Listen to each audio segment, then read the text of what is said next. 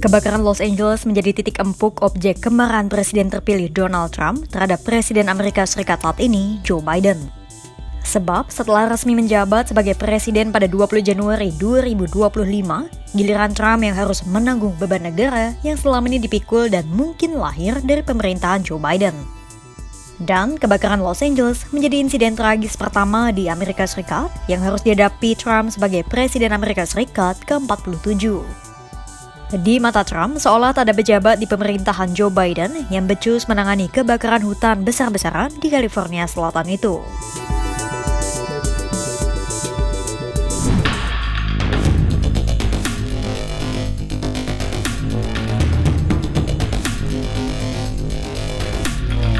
Trump menjadikan kebakaran hutan di Los Angeles sebagai panggung untuk menyerang lawan politiknya dari Partai Demokrat.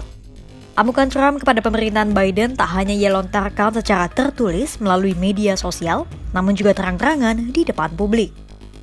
Serangan Trump ditujukan kepada Gubernur California, Gavin Newsom, seorang politisi Demokrat sekaligus kandidat potensial untuk calon presiden di Pilpres Amerika Serikat tahun 2028. Melalui akun media sosialnya, Trump menggelontorkan sejumlah tudingan kepada Newsom. Trump menyatakan meluasnya kebakaran di Los Angeles murni kesalahan Newsom karena Gubernur California itu enggan menandatangani deklarasi pemulihan air. Menurut Trump, deklarasi itu memungkinkan petugas pemadam kebakaran untuk memompa jutaan galon air ke daerah yang terkena dampak. Trump menyebut karena Newsom menolak menandatangani deklarasi itu, petugas pemadam kebakaran California jadi tak memiliki pasokan air yang cukup untuk memadamkan api.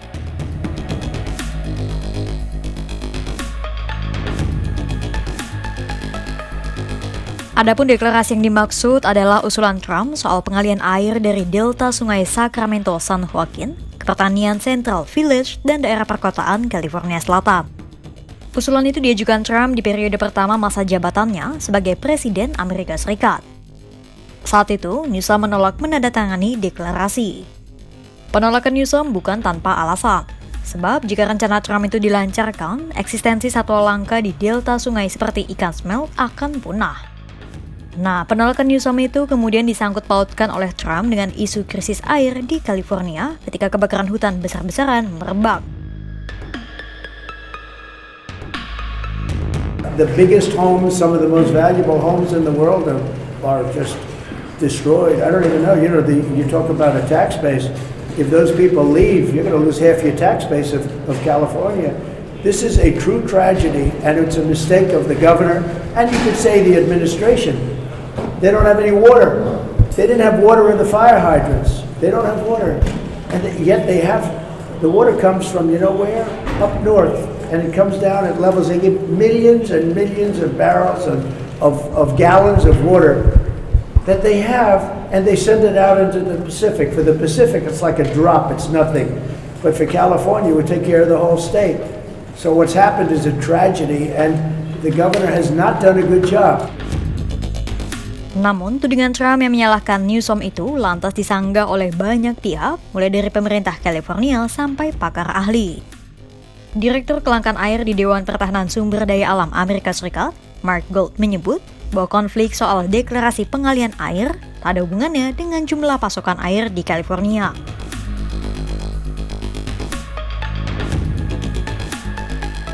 Pejabat lokal California lainnya menyebut krisis air yang terjadi di California bukan karena tidak ada air, namun karena tak ada arus listrik yang mengalir. Pasalnya, aliran listrik di California sengaja dipadamkan karena jika kabel listrik atau komponen listrik lainnya terkena api, bisa-bisa potensi kebakaran semakin meluas. Pasokan air di California aman, penghambat upaya pemadam api bukan soal ketersediaan air, namun soal kurangnya antisipasi akan pemanasan global dari para developer yang membangun permukiman sejak beberapa dekade lalu.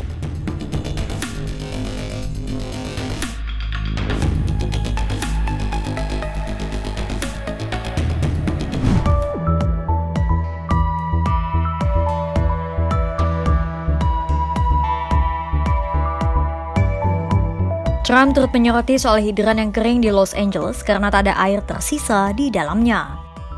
Klaim Trump ini sebagiannya benar. Di Palisades, hidran air memang sempat kering karena sistem air di kota itu tak dirancang untuk memadamkan kebakaran hutan dan hanya kebakaran lokal. Tekanan air di tangki Palisades sempat rendah dan tak bisa menyediakan tekanan untuk hidran di wilayah itu. Sebab sistem air di Palisades mengalami kelebihan beban mengingat upaya pemadaman hanya bisa dilakukan lewat darat. Helikopter dan pesawat tanker tak bisa terbang karena terhalang kencangnya hembusan angin Santa Ana. Maka kembali lagi, meluasnya kebakaran disebabkan oleh berbagai kombinasi faktor.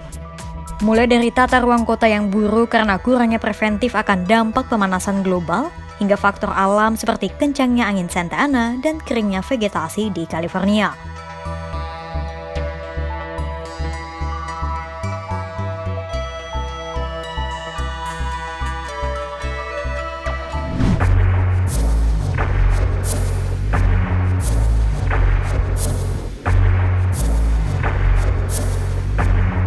Tudingan Trump selanjutnya diarahkan pada Joe Biden terkait anggaran bencana Amerika Serikat.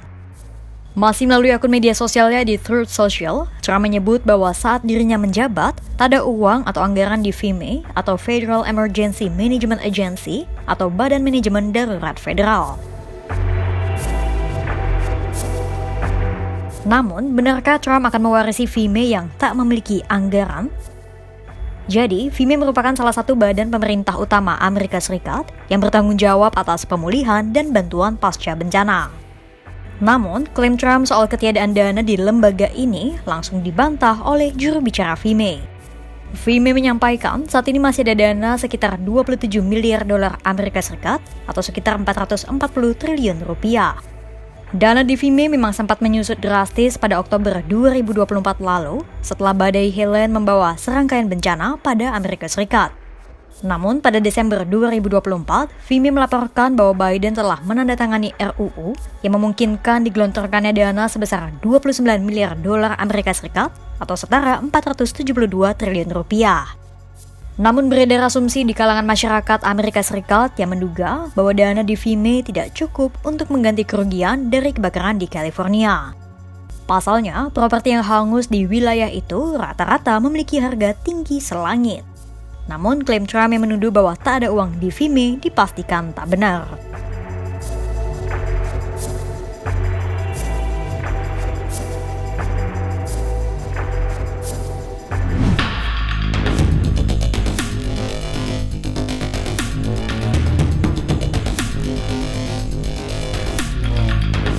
Menghadapi berbagai tudingan dari Trump, Joe Biden berdiri di garda terdepan membela rekannya Gavin Newsom. Biden menyebut bencana di California ini adalah kombinasi dari berbagai faktor. Biden pun mengatakan ia akan berdiri di samping penduduk California dan tak akan membiarkan bencana ini dipolitisasi.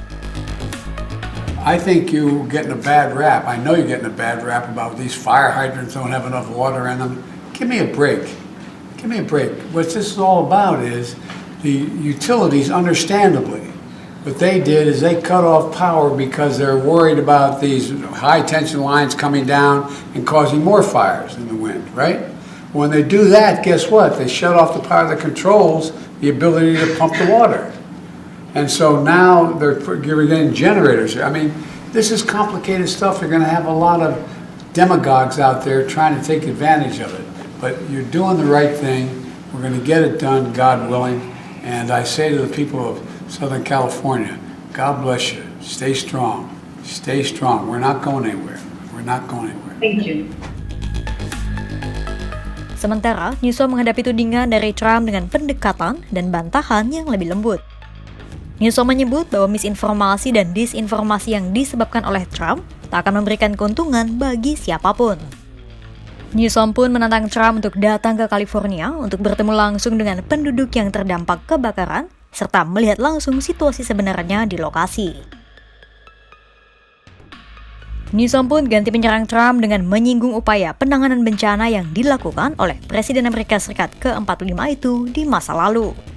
Politisi Demokrat itu menyebut bahwa Trump sendiri telah menahan bantuan bencana federal untuk negara-negara bagian yang berseteru dengan Trump. Mulai dari Utah, Michigan, Puerto Rico, hingga California.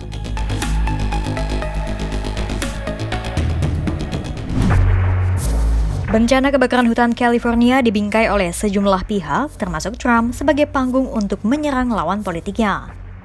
Tuduhan dan klaim yang Trump lontarkan seolah mengipasi api kebakaran yang sudah besar semakin besar. Sejumlah pihak pun bertanya-tanya langkah apa yang akan diambil Trump terkait penanganan pasca kebakaran California setelah dirinya menjabat pada 20 Januari 2025.